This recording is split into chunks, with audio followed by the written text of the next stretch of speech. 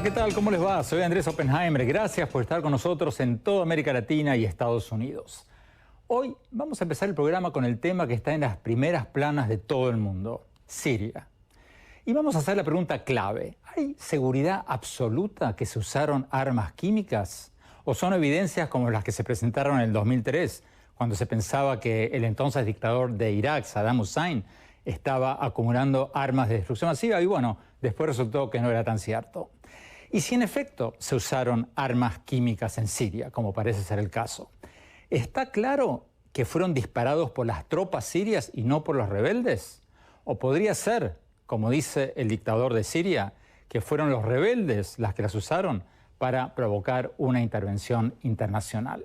Le vamos a preguntar todo esto a Javier Espinosa, el corresponsal del diario El Mundo de España en Siria, al director de Médicos Sin Fronteras en España, José Antonio Bastos, que tiene varios médicos en este momento en territorio sirio, y a varios otros expertos de primer nivel.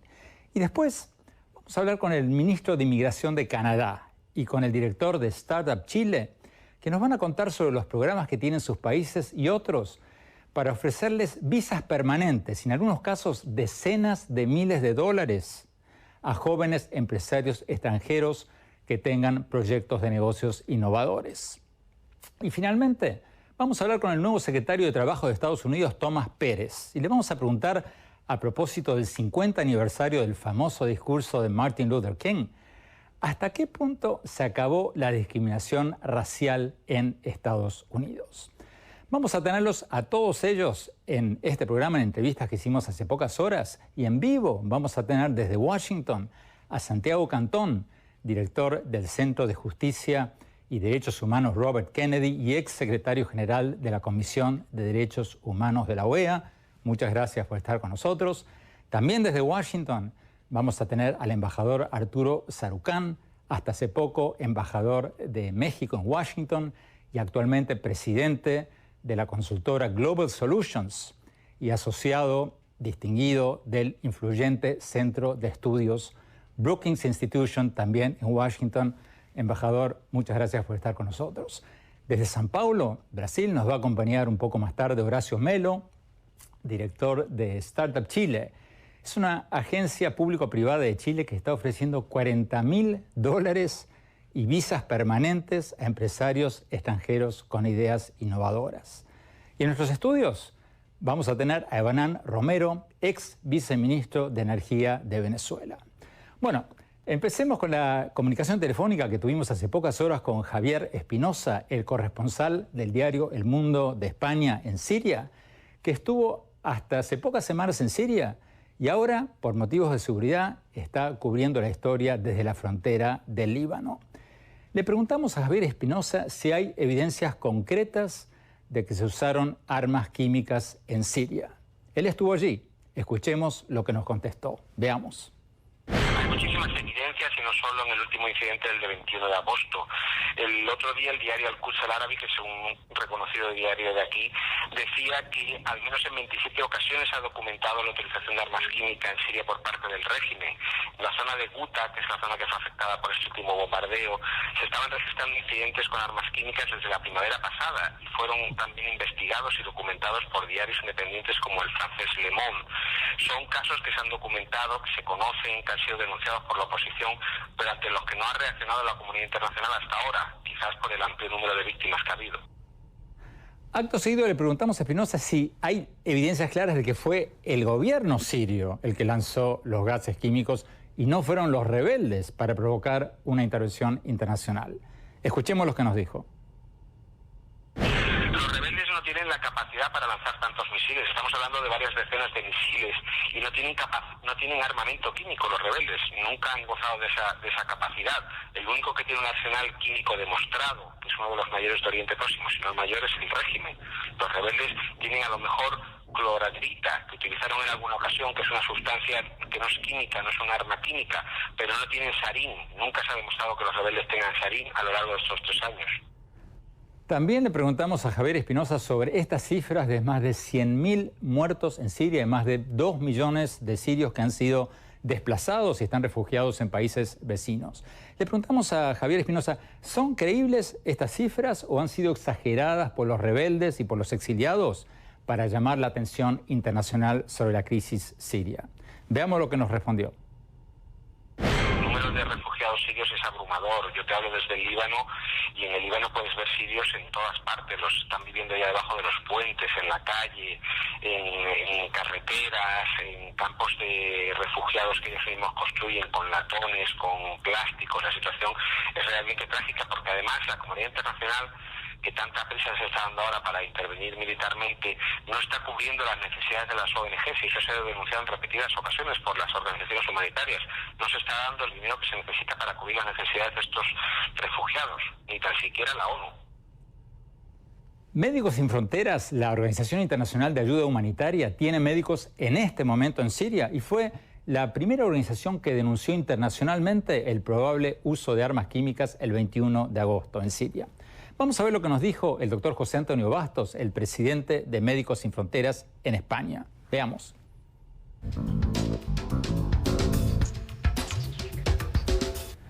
Doctor Bastos, muchas gracias por estar con nosotros. Doctor Bastos, ustedes, Médicos Sin Fronteras, tienen una presencia, tienen médicos en Siria. Pregunta, ¿hay evidencias claras de que se usaron armas químicas en Siria? Pues la verdad es que las evidencias no forman parte de nuestra competencia, ni nuestras habilidades, ni nuestras intenciones de estar en Siria. Estamos en Siria dando asistencia médica a la población que sufre un conflicto muy violento. Antes de las armas químicas, el uso de armas convencionales ha matado a más de 100.000 personas y sufren mucho no solo los combatientes, sino los civiles, mujeres, niños. Y lo que hemos encontrado es una acumulación en un periodo de tiempo muy corto de una serie de pacientes que presentaban síntomas compatibles con uso de agentes neurotóxicos. Bueno, doctor Bastos, cuando usted dice que los pacientes que sus médicos encuentran en Siria presentan síntomas compatibles con el uso de armas químicas, ¿qué son esos síntomas y cómo se relacionan con las armas químicas?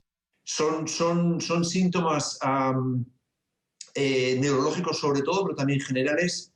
Salivación excesiva, dificultad respiratoria, obnubilación, pérdida de conocimiento, contracción de las pupilas, miosis, confusión. Todo esto es altamente compatible con lo que está descrito como intoxicación por agentes neurotóxicos. ¿Agentes neurotóxicos son armas químicas? Entre otros, sí. Y en el caso de Siria es imaginable que hayan sido armas químicas, pero desde luego no es algo que nosotros podamos corroborar al nivel de evidencia. Yo creo que en lo que es la práctica médica esto se llamaría alta sospecha clínica, que es diferente de evidencia. Entonces, estas altas sospechas clínicas que ustedes están encontrando en Siria, ¿estamos hablando de 1, 2, 3 pacientes o estamos hablando de cientos? No. Estamos hablando de unos 3.000 pacientes en un periodo de 3 o 4 horas. Es algo realmente serio que nos llevó a tomar la decisión de comunicar públicamente sobre este hecho, aún sabiendo que el tema es políticamente muy sensible y que podría ser, como aparentemente empieza a ser, utilizado para justificar intervenciones militares o otras maniobras políticas de las cuales Médicos Sin Fronteras se desentiende completamente. Insisto, nuestra intención de nuestra presencia en Siria es apoyar a la población siria y no conseguir evidencia sobre ningún acto que pueda ser un crimen contra la humanidad o algo similar. Eso corresponde a otras instituciones que deben hacer su trabajo.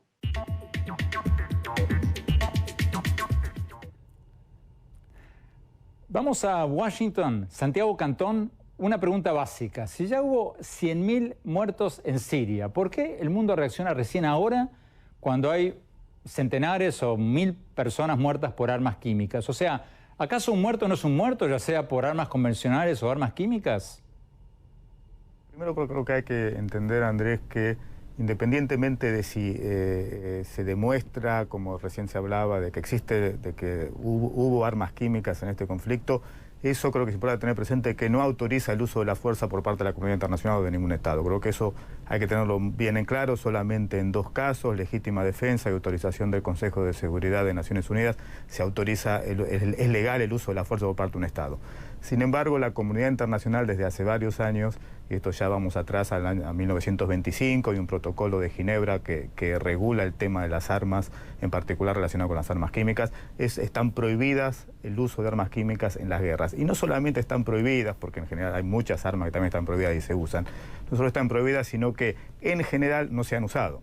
La comunidad internacional a lo largo de las décadas la ha usado de manera masiva. En el caso del enfrentamiento Irak-Irán en los 80, se ha usado también por parte de Irak en el año 88 en contra de los kurdos, y en general no ha habido más uso. Y ahora de pronto se está usando, y aparentemente, como hemos escuchado recién, de manera bastante masiva. Y eso es lo que ha alertado a la comunidad internacional en general, por el peligro que eso implica para futuros enfrentamientos y obviamente actualmente en el conflicto en Siria. Embajador Sarukhán, también en Washington, yo soy uno de sus seguidores en Twitter y vi un Twitter que usted envió hace unos días hablando de un artículo del Financial Times que justificaba o daba un argumento humanitario para una intervención en Siria.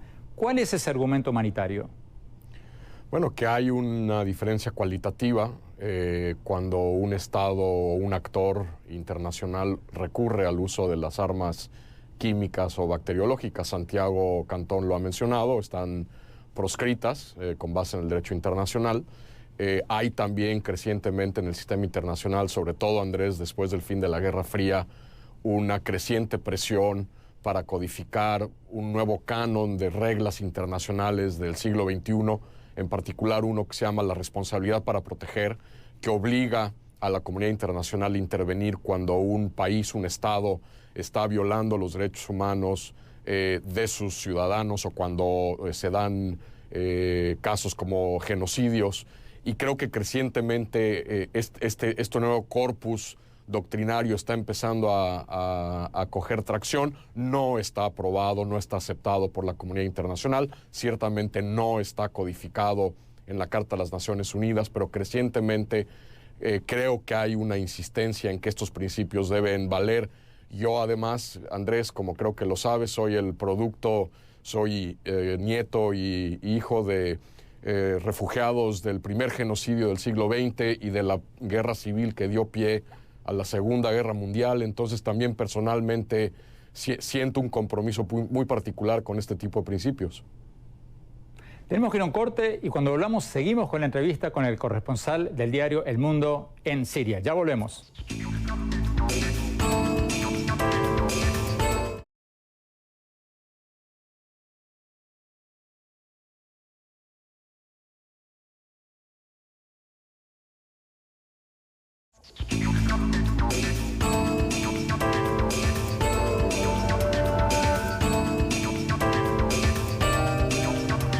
Gracias por seguir con nosotros. Seguimos con la entrevista telefónica que le hicimos hace pocas horas a Javier Espinosa, el corresponsal del diario El Mundo de España en Siria. Le preguntamos a Espinosa si los rebeldes sirios, que incluyen a grupos extremistas, terroristas como Al-Qaeda, no son iguales o peores que la dictadura de Assad. Escuchemos lo que nos dijo. Eso ha sido un círculo vicioso desde el principio. Cuando los rebeldes comenzaron, eran simples civiles, gente normal como farmacéuticos, empresarios, comerciantes, que querían democracia y que de los primeros meses se manifestaron de forma pacífica hasta que fueron abatidos y fueron asesinados por la represión. Durante todo ese tiempo, la comunidad internacional no hizo absolutamente nada, y desde que nosotros empezamos a viajar a Siria en los primeros meses, ellos siempre nos decían: o nos ayudáis o la gente dejará de pedir democracia y pedirá venganza, y pedirá ayuda al diablo si es necesario. Esa profecía se ha cumplido, y es cierto que ahora hay grupos radicales actuando en el norte del país y en otras muchas áreas. Todavía no son mayoría, pero si evidentemente si el conflicto sigue, llegarán en un momento a ser mayoría, porque esos grupos radicales son los que tienen dinero. Los grupos seculares y los grupos nacionalistas no están recibiendo la debida ayuda, y por tanto la gente va a irse con el que les ayude. El otro día yo hablaba con un sirio y me decía: ahora la única solución que nos queda es derrocar al régimen, y vamos a aceptar la ayuda del diablo si es necesario para derrocarlo. Acto seguido le preguntamos a Javier Espinosa quiénes son los principales aliados del dictador sirio y quiénes sus principales enemigos. Escuchemos lo que nos dijo. Los principales aliados de Assad son Irán, Hezbollah y las milicias chiías que proceden de Irak. Rusia le apoya, pero de manera más, digamos, colateral. Pero evidentemente uno de los grandes apoyos que está recibiendo el régimen es de las fuerzas de Hezbollah, que han cambiado mucho la situación militar en los últimos meses, especialmente en la provincia de Homs, donde su intervención ha sido decisiva.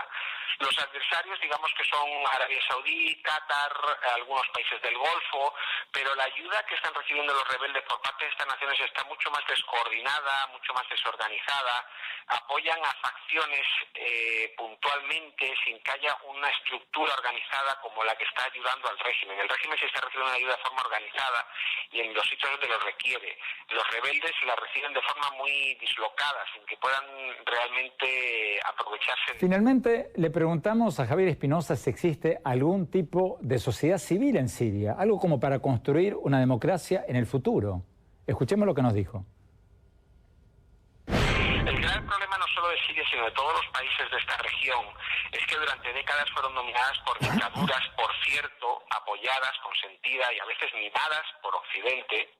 Recordemos que Saddam fue en el pasado amigo de Estados Unidos y de Europa, y lo mismo que Bashar, que estuvo en España, que estuvo en Francia en el 2009 y fue recibido como fuese su monarca. Estos dictadores lograron erradicar todo atisbo de sociedad civil con una represión brutal, y ese está siendo uno de los grandes problemas de todos los países, no solo de Siria. En Egipto está pasando igual, en Libia está pasando igual, en Túnez está pasando igual. No hay grupos opositores con un talante realmente democrático que comprendan lo que es la democracia, porque durante décadas han mamado dictadura y han mamado represión, con lo cual no entienden realmente lo que es la democracia, y ese va a ser el gran escollo para el futuro de estos países.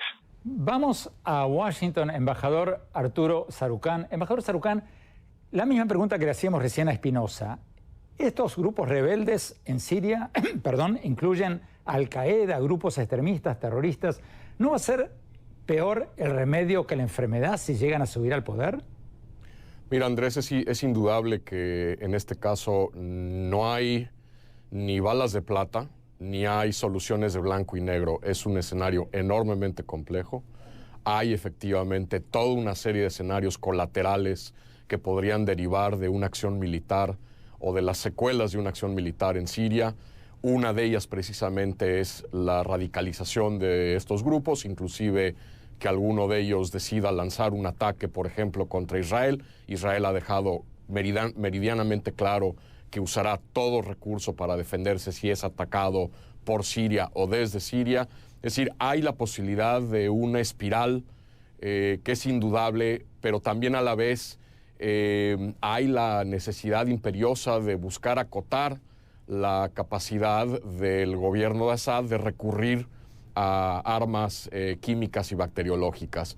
El otro factor que hay que tomar en cuenta también, Andrés, porque a veces se nos olvida, es que el presidente Obama es, como cualquier otro político, un hombre que ve las encuestas, y las encuestas que han salido ayer y hoy de la opinión pública estadounidense demuestran que el apoyo, aún ahora con un ataque o con un uso de armas químicas en Siria, el apoyo a una intervención militar estadounidense ha caído al 25%, es decir, 25% del electorado estadounidense está a favor de que Estados Unidos use la fuerza en Siria. Entonces, es evidente que hay toda una serie de partes en movimiento que están teniendo que formar parte del cálculo. La decisión de usar la fuerza también tiene que ver con un mandato o la falta de un mandato internacional, pero hay muchas partes que se están moviendo en este momento. Tenemos que ir a un corte y cuando volvamos vamos a hablar un poco sobre el impacto de todo esto en los precios del petróleo. ¿Cómo va a afectar a Estados Unidos, a América Latina, a todo el mundo si se expande el conflicto en Siria? Ya volvemos.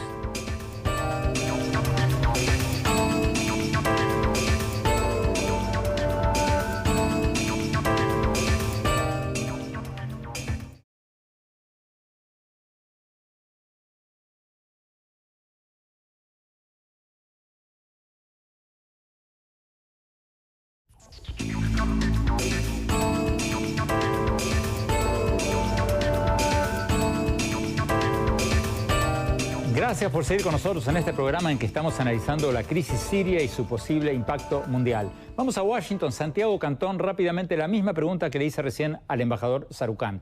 Considerando que estos grupos rebeldes en Siria pertenecen muchos a Al-Qaeda y otros grupos extremistas, si llegan a tomar el poder, si hay un ataque prolongado internacional, se derriba el gobierno de la dictadura de Assad, suben estos grupos, ¿no va a ser peor el remedio que la enfermedad? Mira, Andrés, como dijo bien Arturo recién, esto no es blanco y negro. No es que mañana sale el gobierno de Assad, se llama elecciones, hay democracia y se terminó el conflicto. No va a ser así, y lo que la comunidad internacional tiene que hacer es tener una estrategia clara, que hasta ahora no ha habido, una estrategia clara para enfrentar este conflicto. Este conflicto empezó en abril de 2011. No empezó ayer, empezó en abril del 2011 y la comunidad internacional ha fracasado claramente para evitar un conflicto que lleva más de 100.000 muertos y va a haber lamentablemente muchos más. Y las Naciones Unidas y la comunidad internacional en su conjunto no ha logrado avanzar. Arturo también hablaba de la responsabilidad de proteger, que es un concepto relativamente nuevo surgido en las últimas décadas para evitar precisamente estas graves masacres que sacudieron al mundo en los últimos años, desde Ruanda, Kosovo y ahora tenemos la presente. Pero más allá de ese... Romero, tú eres un experto en petróleo, es ex viceministro de Energía y Petróleo de Venezuela, eres un consultor internacional petrolero. ¿Este conflicto, si se prolonga, va a hacer subir nuevamente los precios del petróleo?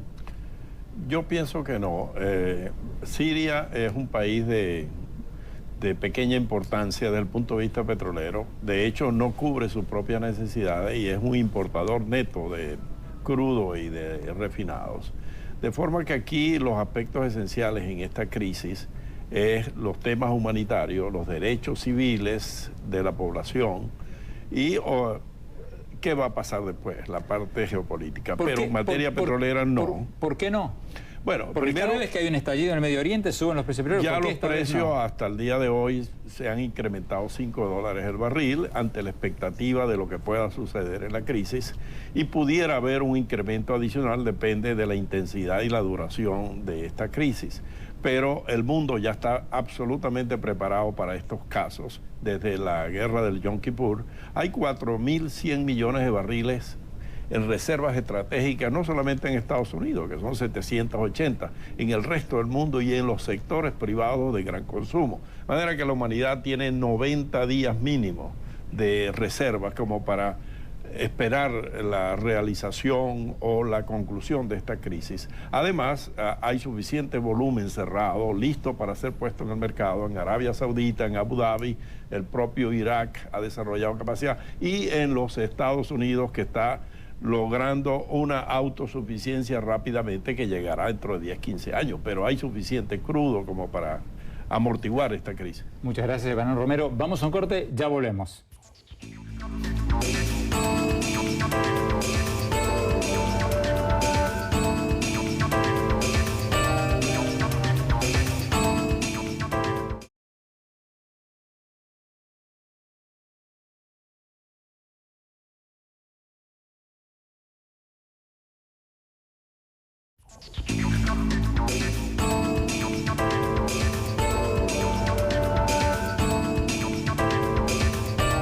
Gracias por seguir con nosotros. Hace pocos días escribí una columna en el Miami Herald y en el Nuevo Herald que atrajo mucha atención. Es que varios países, Canadá, Chile, Brasil, Gran Bretaña, Australia, varios otros, están ofreciendo visas permanentes, residencia, esta ciudadanía y hasta decenas de miles de dólares a jóvenes empresarios extranjeros con ideas innovadoras.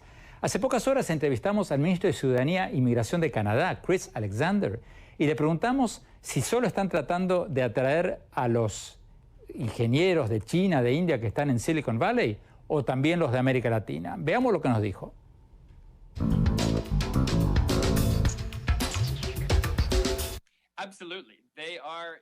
Claro que sí. Ellos están en nuestra mira. Silicon Valley es el epicentro en temas de tecnología, pero también sabemos que están pasando cosas importantes en biotecnología, en nanotecnología, manufacturas, en muchas otras regiones del mundo, en América Latina, en Asia, en Europa. Y nosotros apoyaremos a estos emprendedores que estén buscando estabilidad que estén buscando iniciar una nueva vida con sus familias en un gran ambiente de emprendimiento, con un sistema de impuestos muy bajo, con un ambiente de negocios muy amigable. En el caso de Silicon Valley, estamos diciendo, señores, si no están contentos allá con el sistema de estatus de inmigración de Estados Unidos, vayan a Canadá.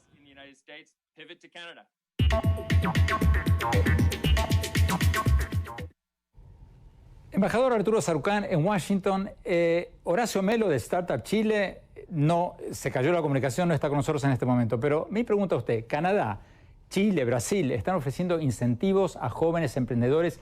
¿Se está viniendo una guerra por los talentos en momentos en que Estados Unidos está cerrándole las puertas a la inmigración o por lo menos no aprobando todavía la reforma migratoria? Mira, es evidente, Andrés, que esto va a ir ocurriendo a medida que no se dé una reforma migratoria integral en Estados Unidos. El caso de los Dreamers, y no deja de ser paradójico que en estos días que se ha celebrado el 50 aniversario de ese discurso seminal de Martin Luther King, de Yo tengo un sueño, en las escaleras al monumento a Lincoln aquí en la ciudad, precisamente tenemos a cientos de miles de Dreamers, de soñadores, indocumentados que siguen viviendo en las tinieblas porque no han logrado resolver su estatus legal. Hay evidentemente un gran pool de talento joven en este país que se encuentra en un estatus indocumentado, con un estatus indocumentado. Me parece que países como México, como Canadá, como otros países de la región, que tenemos un importante número de connacionales de jóvenes que están aquí en esa situación, tenemos que ser muy inteligentes para poder capturar este talento, para poder ayudar a detonar este talento, para recibirlos adecuadamente en sus países de origen, si es que este impasse que persiste al día de hoy en Estados Unidos se mantiene. Hace pocos días se celebró el 50 aniversario del famoso discurso del doctor Martin Luther King, aquel discurso famoso en que dijo, yo tengo un sueño. Vamos a ver la entrevista que le hicimos hace pocas horas al nuevo secretario de Trabajo de Estados Unidos, Thomas Pérez. Le preguntamos si ese sueño de King sigue vivo para los afroamericanos y los latinos en Estados Unidos o si fue solo eso, un sueño. Veamos.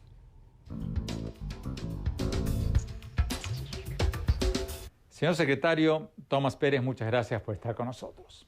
Esta semana se celebró el 50 aniversario de aquel famoso discurso de Martin Luther King en Washington.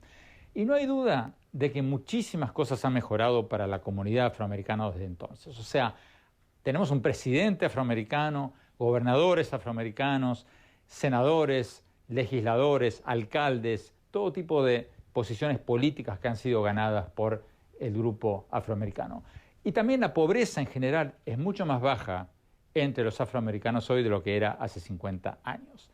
Pero también es cierto que en los últimos 6 años ese progreso se ha detenido y quizás hasta ha empezado a ir en reversa. De hecho, hay estadísticas que muestran que la riqueza promedio de las familias afroamericanas ha bajado desde el 2008, desde la crisis del 2008, más que la de ningún otro grupo étnico en Estados Unidos. Y el desempleo entre la comunidad afroamericana está en el 12.6%, casi el doble de lo que es el desempleo entre la población total de Estados Unidos. Entonces ahí va mi pregunta.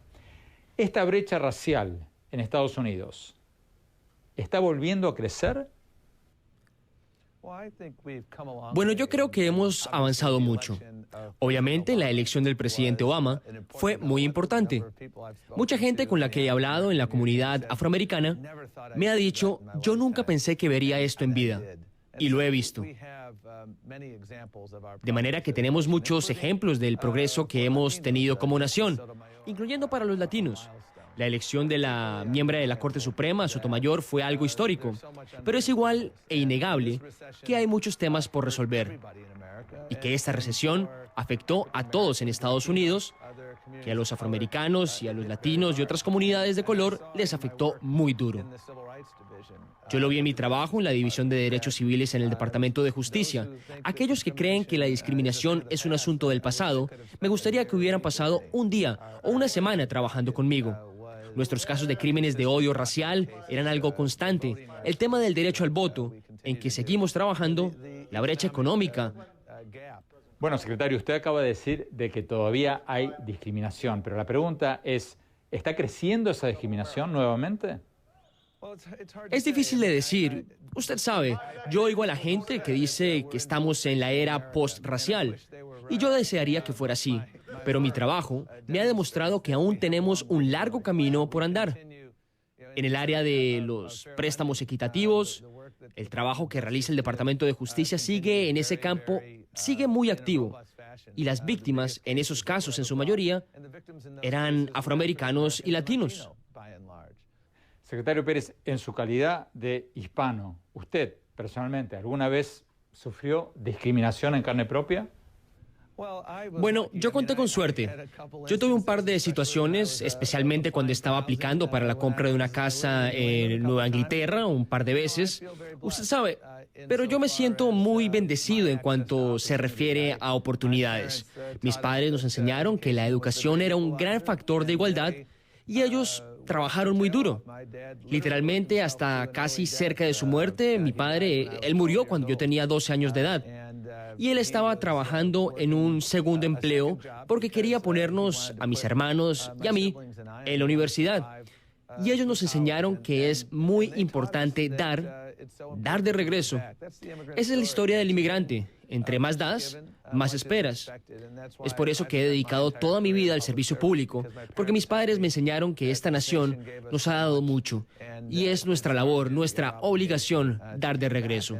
Y eso es lo que mis hermanos y yo hemos tratado de hacer.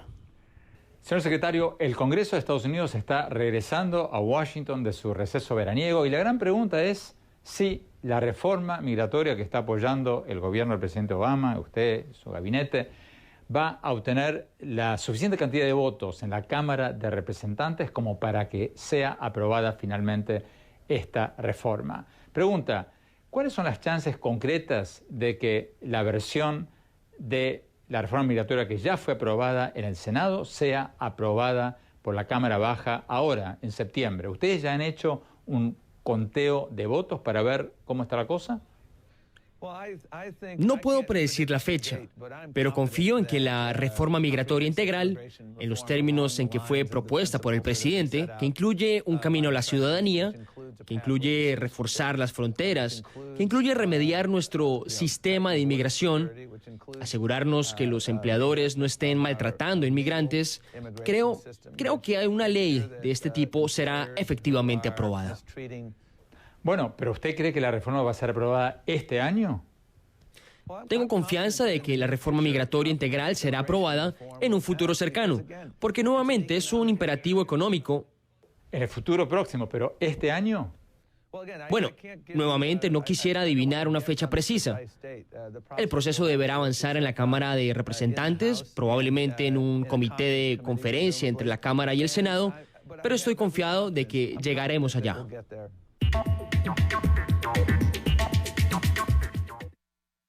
Vamos a Washington. Santiago Cantón, hace unos años cuando fue electo el presidente Obama, la comunidad afroamericana estaba exuberante. Todos dijimos que era un momento histórico en la historia de Estados Unidos. Mi pregunta, ¿fue realmente histórico? ¿Cambiaron las cosas para los afroamericanos y de rebote para los latinos desde la elección del presidente Obama o no? Creo que fue histórico y eso es innegable.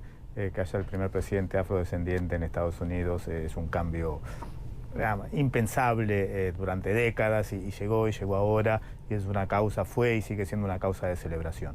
Si ha habido cambios específicos, concretos, ahí recién oíamos al secretario y realmente aún queda muchísimo por hacer, tanto para los afrodescendientes como para los latinos. Sigue habiendo desigualdades en acceso a la justicia, en acceso al trabajo, en acceso a la educación, en acceso a la salud, la forma en que son tratados los migrantes. Yo he tenido oportunidad de verlo en plantaciones en el estado de New York, es avergonzante. O sea, falta mucho por hacer. Pero lo que implica tener un presidente afrodescendiente y lo que eso puede implicar hacia el futuro es enorme y creo que aún no hemos visto todavía las consecuencias que puede llegar a tener el hecho de que hay un presidente afrodescendiente. Lo mismo sucedió con la Corte Suprema de Justicia. Al lograr esos pasos hace que se potencie la capacidad que tienen los afrodescendientes e indirectamente la comunidad latina para avanzar y lograr ejercer sus derechos y tener la igualdad que que todos desean y que el sueño de Martin Luther King se haga efectivamente una realidad aquí en Estados Unidos y en el mundo entero, donde la desigualdad lamentablemente es la norma. Santiago Cantón, me dejaste intrigado con tu aseveración recién de que viste cosas en Nueva York, en las fábricas, que te dejaron con la boca abierta. Hoy día, ¿la situación de los migrantes es peor de la que era hace 10, 20, 30 años? Ahora no te puedo responder específicamente. Yo supongo que debe estar cualitativamente en muchos aspectos mejor. Sin embargo, lo que yo vi, lo que yo pude ver en plantaciones agrícolas en el estado de New York, a 1 hora de la ciudad de New York, la forma en que viven la comunidad hispana es realmente una discriminación absoluta, la forma en que los tratan, los maltratan, no tienen descanso, pueden estar años trabajando sin descanso, no tienen acceso a la salud, se los echa sin ninguna causa en todo momento. Es realmente una discriminación impresionante. ¿Cómo era hace 20, 30 años? Creo que la situación era muy distinta, es difícil hacer esa comparación, en muchos aspectos seguramente se está mejor, pero la realidad hoy en día es grave. ¿Se está haciendo algo para mejorar esa situación o no? Es muy difícil, es muy difícil. La comunidad hispana tiene que organizarse aún más, a mi juicio, tiene que tratar de ejercer su poder, que hoy en día es muy importante en relación a lo que representan en las votaciones. La comunidad latina es muy importante, tiene que ejercer ese poder de una manera más eficiente y lograr los cambios que aún no se han logrado para millones de hispanos aquí en Estados Unidos. En 30 segundos, Santiago Cantón, la misma pregunta que le hacíamos al secretario de Trabajo. ¿Tú crees que se va a aprobar finalmente esta tan bendita reforma migratoria de la que venimos hablando hace años? ¿Tú crees que se va a dar este año o no? Creo que no puedo agregar mucho más a la elocuente respuesta del ministro. Creo que evitó cualquier respuesta porque es bastante difícil que se apruebe en este momento. Ojalá. Muchísimas gracias, Santiago Cantón. Santiago Cantón, muchísimas gracias. Vamos a un corte de rápida cuando hablamos mi opinión sobre todos estos temas de los que hablamos hoy. Ya volvemos.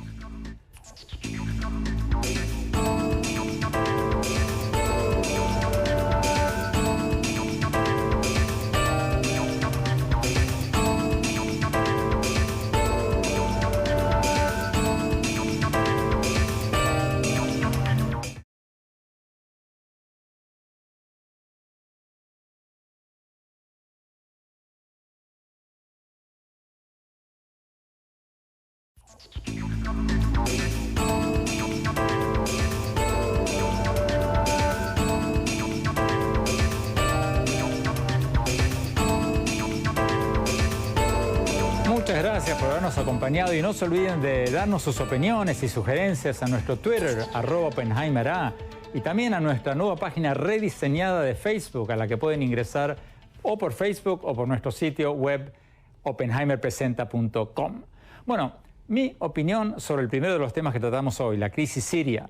Bueno, en cuanto hacia el mundo tiene que reaccionar a esa pregunta, por supuesto que no estoy de acuerdo con Rusia, con Cuba, con Venezuela, con Ecuador y otros países que condenan cualquier intervención extranjera para detener un genocidio que ya ha causado 100.000 muertes y más de 2 millones de refugiados. Obviamente, estos países invocan, como siempre, el supuesto principio de la no interferencia, porque tienen miedo que otros países miren sus propias violaciones a los derechos humanos y civiles. O sea, les preocupa más su propia casa que lo que pasa afuera. Y obviamente tengo mucho más respeto para los países que apoyan lo que podríamos llamar el principio de no indiferencia ante los crímenes contra la humanidad, como lo fue el Holocausto en la Segunda Guerra Mundial o el uso de armas químicas prohibido por las Naciones Unidas. La lógica es que si se permite a un país usar armas químicas, se rompe una línea roja, se quiebra una línea roja, se rompe el acuerdo de las Naciones Unidas por el que está prohibido usar este tipo de armas y, bueno, otros países harían lo mismo que Siria. Mi única duda, y por eso critiqué en su momento la intervención de Estados Unidos en Irak, es si hay evidencias irrefutables de que es el gobierno sirio el que usó las armas químicas.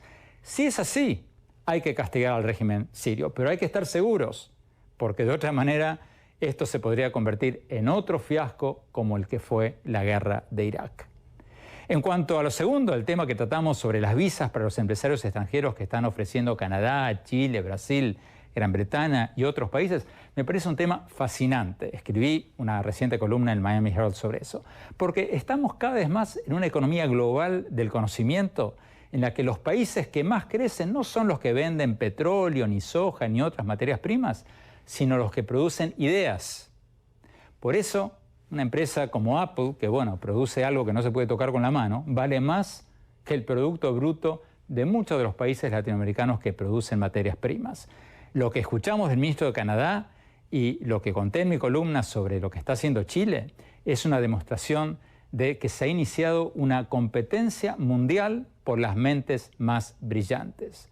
Y eso es bueno, que los países ofrezcan cada vez más incentivos a los emprendedores extranjeros. Esto es solo un principio de lo que se viene. Y bueno, se me acabó el tiempo. El último tema del que hablamos, la discriminación en Estados Unidos contra los afroamericanos, contra los latinos, lo voy a poner, lo que les quería contar, en mi Facebook para que todos lo puedan ver allí. Muchas gracias, hasta la semana próxima.